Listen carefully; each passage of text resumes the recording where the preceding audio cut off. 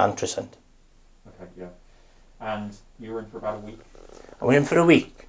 Because what cracks me up, because I have been in hospital before, I don't know what it is with you lot, but your idea is if they start talking to other patients, champion. All I did was sit in my room and listen to my Audible books. Right, okay. Okay? Mm-hmm. Now I've got a condition where I find it difficult to be about people. And is that so when you say that a condition, does that relate to your PTSD? Yes. Okay. So now what happened was, before I went into prison, when I had Dr. Hallam, I had people down from Audley Court, the people who specialise in it.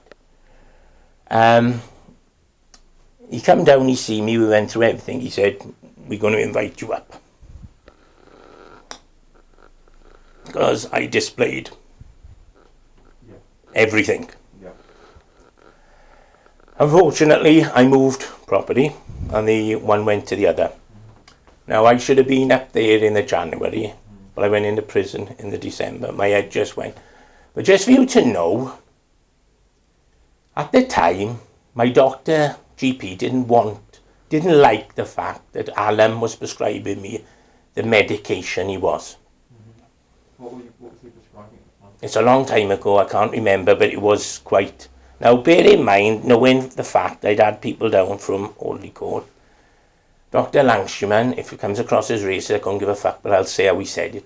Oh, I think it might be because you worked in factory and shifts, that's why you sleeping is a bit. Oh, I've been in prison and they've witnessed me sleeping. I don't sleep. Hence why I'm on the medication I'm on. Now, I did tell Dave Seeley that the medication is hurting me, physically hurting me. I'm drinking gallons of Gaviscon. What medication are you having? I take 15 milligrams of Sopracone every night, which you know full well. You're only supposed to be taking one every 4 days and come off them. I've been on them for 7, 8, 9 years, 15 milligram. I take 600 milligram of Trazodone, which, as you know, you normally got to be in hospital because it's the highest dose you can put them on. And I can't remember the name of the antipsychotic ones and why I was put on them. I haven't got a clue, because Seeley asked me why did they give it time, and I said I haven't got a fucking clue, because it seems to come tough about. Is it brand name or carbamazepine? No, Mike. No. No. Carbamazepine. You can find out anyway, can't you? And I take 400 milligram of that. Are you happy? No, I want my medication changed. So that's what I asked Seeley. Are you happy for me to access, if you can access your... Crack on, boy, this is what it's all about, isn't it? I made it clear to Seeley, my medication is physically hurting me. I'm drinking gallons of Gaviscon. Now, bear in mind, after seeing him under the illusion I was being transferred to Cardiff Mental Health, but unfortunately, when I went down there, I seen Chris Frayne. He's working there now. He's been promoted to a senior nurse. And I did shout out, I think I can speak for John. He didn't want you to know he was dead, because that's what he told my mother. You're going to hear some recordings. Obviously, I haven't brought them all up because I'm putting this on YouTube. I can't give a fuck. My information has been handed around the street, so I don't really care. But you're going to hear, obviously some is distressing, and I wouldn't put that on anyone to listen to. Okay. But my appointments were cancelled. I put in an official complaint with CumTAF to say they were falsifying my documents. I spoke to Lynn Garwood. Do you know who Lynn Garwood was? She was the consultant interim director of mental health, now retired, sat on the board of CumTAF Health Authority. Twice I spoke to this woman, because this is on the leaflets. Is it illegal to falsify patients' documents? This was on the phone, so she didn't have a clue I was recording. She said, no, it's not. So then she arranged a face-to-face meeting, and you know, it had now become illegal when I was telling her I was recording what was being said. Because I did also ask her why Mark Abrahams, because he was named on the complaint form, why he was the one who phoned me. Because I said if a woman had put a complaint of rape, would those named who raped her be allowed to phone her or no? But mental health patients are different. So, Can I ask some questions around your general mental Crack health on. and your background? Crack on. You know, so with these reports, everything we talk about is when you normally see a doctor. What do you mean when they falsify your documents? You put a complaint in about it, they cancel your appointments, they won't move you to another health authority because the nurses now work at another health authority. You know, I was supposed to have seen this shit should have been sorted out months ago. But Dr. Witts decided to cancel because she knows Chris Frayne and Justine Crosby. It doesn't say much for out the health services in Wales, does it? So, fuck me, R.L. Shipman would have been in his elements in Wales because none of it would have scratched the cunt up. What I was going to say is that, so with every consultation you have with a doctor, the expectation is that it's confidential.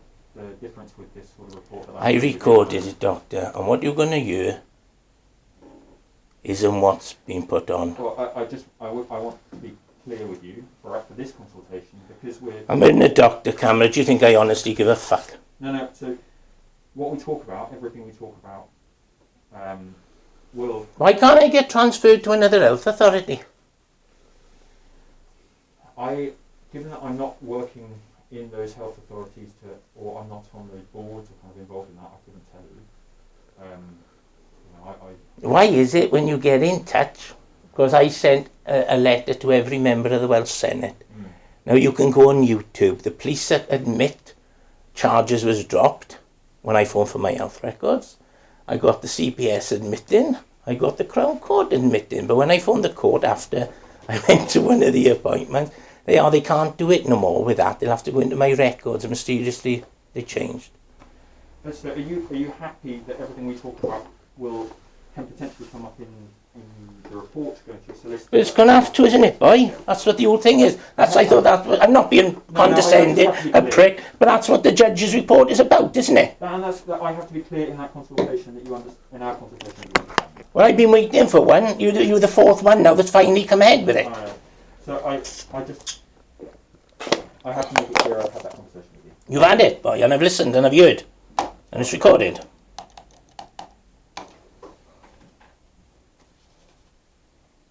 Now, bear in mind what they've done to my family. And Seeley said to me, is it too late for him to apologise? I said, doctor. And he said, I shouldn't have asked that question. I said, no, you shouldn't have. You shouldn't have asked that question. At the time when my Sally was dying, they were given the opportunity to apologise then and put things right. All they've done is made out it's in his imagination, he's got mental health problems, we call him a mental, he'll go off on it soon, he'll hurt someone and he'll be back in prison. And that is exactly what it's been. I don't expect you to believe it because you are fucking one of them yourselves. I'm here to be impartial and hear the story, so... Yeah, like solicitors are. And when I ask my solicitor to fucking get me off the court, he gets it from the CPS and puts the Merthyr Magistrate's address on it. It clearly says Crown Prosecution Service. That's John Moyle of CJCH Solicitors in Cardiff. I don't mind mentioning the little prick's name all over YouTube. It's a fact. It can't be denied. The fuck is wrong with this? I hope I'm not out of bad days. No. It's on. Perhaps it's the wood. I'll take this off. I'll put it there because I want to show people what Merthyr Police call what isn't. Oh yeah, do you know when that went into the professional standards wrote it saying it should never have been handled like that, the complaint, it was all wrong and this, that and the other. Now when I got arrested for putting out the leaflets, I was ripping the piss out of the police because I'd done it to be arrested. Read the leaflet, you don't write something like that not to be arrested. Now my mother went down to see my cats were alright. She told him, he done it to be arrested. What's the matter with him? Can't you fucking see it? Oh, that's why I didn't put that in.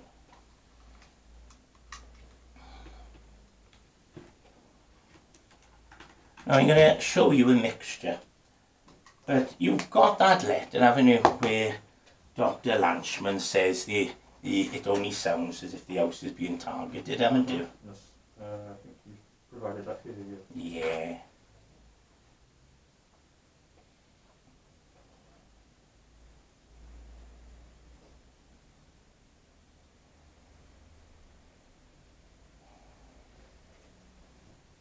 I'll play you Mark Abrams and Chris Frayne at my house first. Care plan that you feel you've had contributions. No, that's so it's Mark gonna help you Abrams. as well.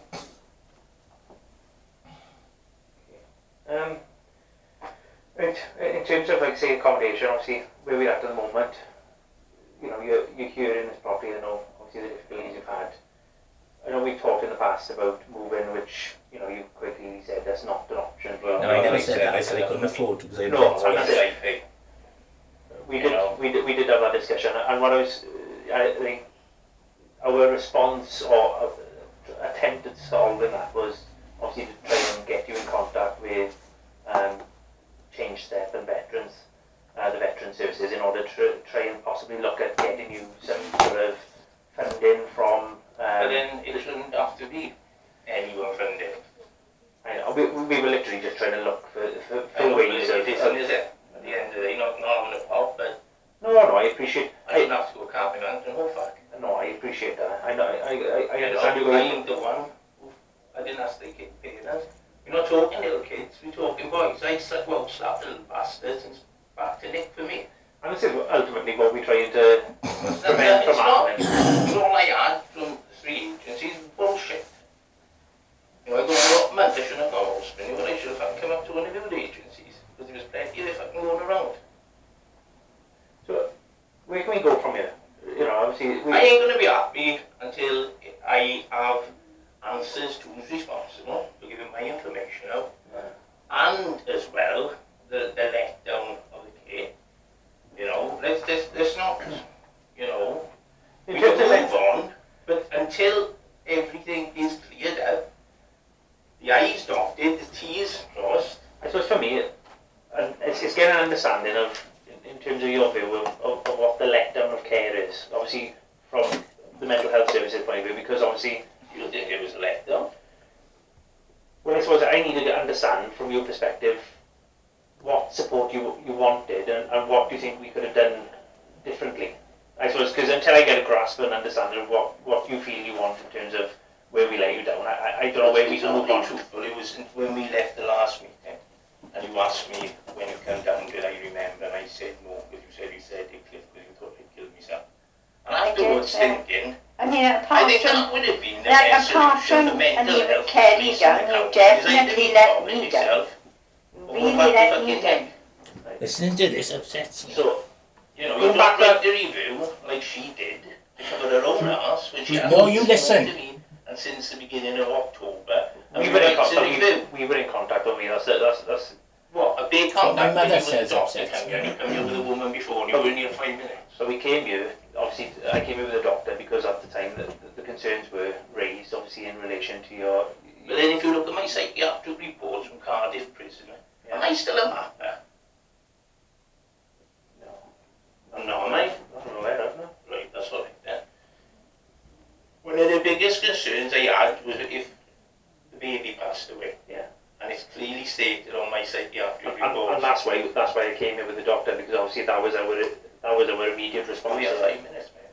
When we came in, obviously you weren't at the time voicing. But then I any got a thoughts of letter off self-harm. yourself saying that because I hadn't stayed in touch with yourselves, even though I was grieving and high to the moon, that I didn't even know my own sister was dying. I had to stay in contact with yourselves. No, I was initiating contact as well. I was text messaging you as well just to see how things are going, to try and keep some contact with yourself, because obviously we just wanted you to be aware of the fact that we were there if you wanted our support. Now, if you want that. When we came to the doctor, and I do appreciate John, yeah, you went through a very difficult time, and at the time you were using alcohol and using your medication, so like you said, you know, your mind was all over the place, and I don't think. Right, so what concept she put in my thing that I declined. I think it was declined in terms of. She basically then was waffling on crap.